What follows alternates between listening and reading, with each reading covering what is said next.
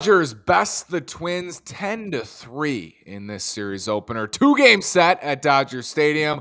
One down, one to go. Let's break it down on today's Locked On Twins postcast.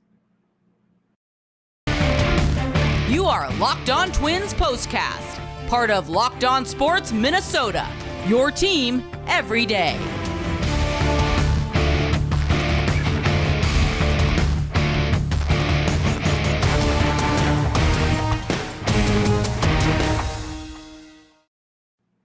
And welcome to another edition of our Locked On Twins postcast. Today is Tuesday, August 9th.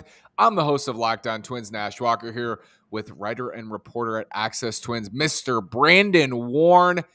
If you haven't tried Built Bar Puffs yet, you're depriving yourself of one of life's greatest joys. And guess what? There's a new flavor. Ready? Delicious, indulgent cookie dough covered in chocolate. That's right, Built has done it again.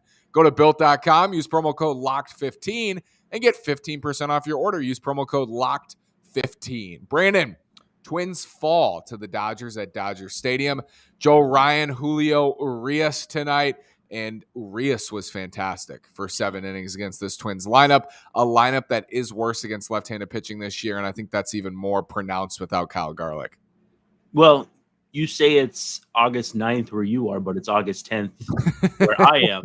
So it was, it's not really a fair measuring stick for the Twins to be measured against the Dodgers. And if we're being completely honest, they won't face each other until the World Series if that were to come.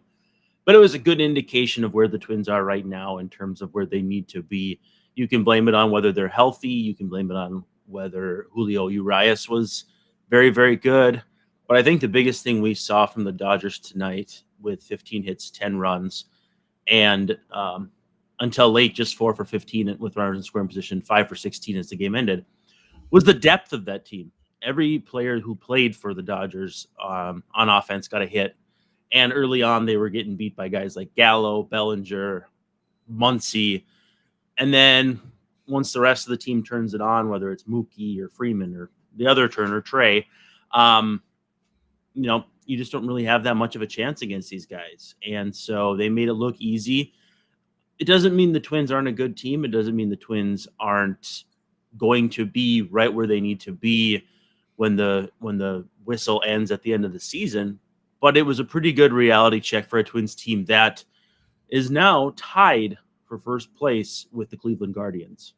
So the White Sox, things were looking really good today. The White Sox lose the first half of their doubleheader. You're thinking, okay, maybe the Twins will actually get some help from the Royals and Tigers today. And then the 3 outcomes you were not looking for happened in the nightcaps. The White Sox won the second half of their doubleheader. Cleveland won, and the Twins lost. So now Chicago, a game and a half back, and Cleveland tied up with the Twins in first place. This is the first time the Twins would be out of a playoff spot at the end of a day since Buxton hit that homer off Liam Hendricks in April, which is pretty wild, Brandon. That's over 100 days the Twins have been at least in a playoff spot in the American League. Well, and for a minute there in the Tigers game, it looked like Javi Baez might have tied it late against Shane Bieber. So there was a moment there even later in the day where it looked like things were going to be going good for the Twins, which, I mean, you get to see a lot of baseball ahead of yours when you play these late night games. And I don't know if that makes you any more or less eager or anxious to see your team play at night. But yeah, I'm sure a lot of Twins fans weren't feeling too great about the Twins' chances going into this one. And you can understand why. Joe Ryan obviously struggled. Both of the bullpen guys, McGill and Pagan, both looked shaky. It was just not a good day for the Minnesota Twins. And when you play like that against the Dodgers, you're almost always going to take the L. It didn't stop Byron Buxton from hitting his 27th homer of the season. A 2-run shot in the 8th made it 8-3 at that time. Buck gets number 27 on his way to 30, Brandon, maybe even 35, dare I say 40 on the season. It has been an interesting year. We've talked about it quite a bit, but to still see him have 27 homers on August 9th, it's pretty sweet. It certainly is. And if he gets to 40, that's really going to mean the Twins have turned a corner. And the Twins need to see that from the top of the order. Not just Buxton, but Carlos Correa, as continued whispers come across that people think, oh, maybe he will opt back in with Trey Turner and Dansby Swanson hitting free agency this year and having, you could say, almost certainly better years than Correa is. And Bogarts. Yeah, Xander Bogaerts, another really good one that I neglected to mention too. So again, too, and tonight, top of the order for the Twins, top of the order for the Dodgers, just not a comparison. Bottom of the order, obviously not a comparison because the Twins were just completely helpless down there. I hate to take my cap off or tip my cap to anybody, but you can't do it for anybody.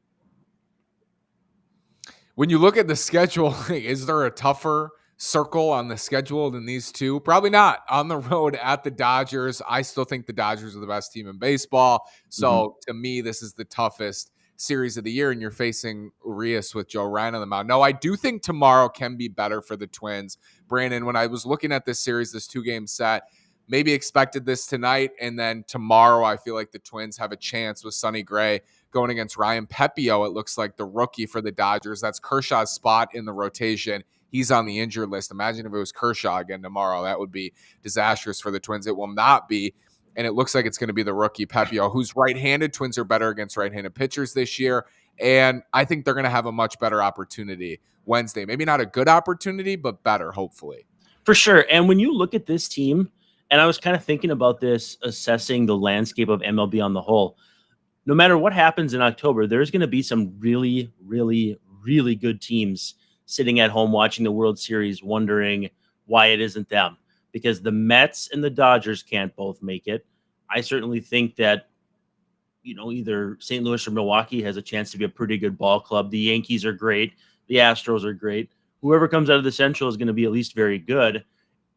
We're all like, I've made the joke, this Twins Braves World Series is going to be a lot of fun coming up here. There's going to be a lot of people upset that the Padres and the Astros, for instance, are sitting at home. But yeah, and to get Pepio tomorrow, again, too, you see the Dodgers' depth in pitching wise. Yeah. They have guys. He's not bad. I'm not saying he's bad. It's just like they have guys they can turn to, and then too they strike gold with guys like Trace Thompson, who was one of their prospects back in the day, and so they have guys come out of not necessarily nowhere, but they turn Justin Turner, Max Muncy into the guys that they have become over their careers. It's just a team that you would love to emulate outside of the fact that they can spend money, and maybe a little beat down here to just kind of bring the Twins back to earth, which they've been, I guess you could say, coming back to earth for a month or better now. Maybe it's not necessarily a bad thing, though, and let's see if they can get after Pepio tomorrow. I look and I see their 9 toughest games remaining: 2 at the Dodgers, 3 at Houston, 4 at New York against the Yankees. And I'm hoping there's some way they can go 4-5 in those 9 games. But what we saw on the AL East trip, Brandon, they went 5-4. I think this team can hang with good teams. I think they have the star power to do it. You mentioned the depth with the Dodgers. It's just tough to match. But we've seen the Twins hang with some good teams all year long, even when they are banged up. So I'm hopeful that they'll do that again Wednesday. Well, and the Pirates beat the Dodgers sometimes. Yeah. The Tigers beat the Guardians sometimes. Certainly not often enough, but it's a funny game. And to me, and I always kind of come back to this, the good teams and the bad teams, as much as we think they're separated, like for instance, the Dodgers have a huge lead on everyone. Big league players that are good or decent versus very, very good, that gap it might seem wide, but because they're so good of players, best in the world at what they do, the gap is so narrow that on any given day, if the Dodgers play the Pirates 10 times, they might win 7 and the Pirates win 3. Well, you wouldn't expect that looking at both teams. So, I'm curious to see how the Twins fare down the stretch against those teams, but I think 4-5 would have to be considered a massive win.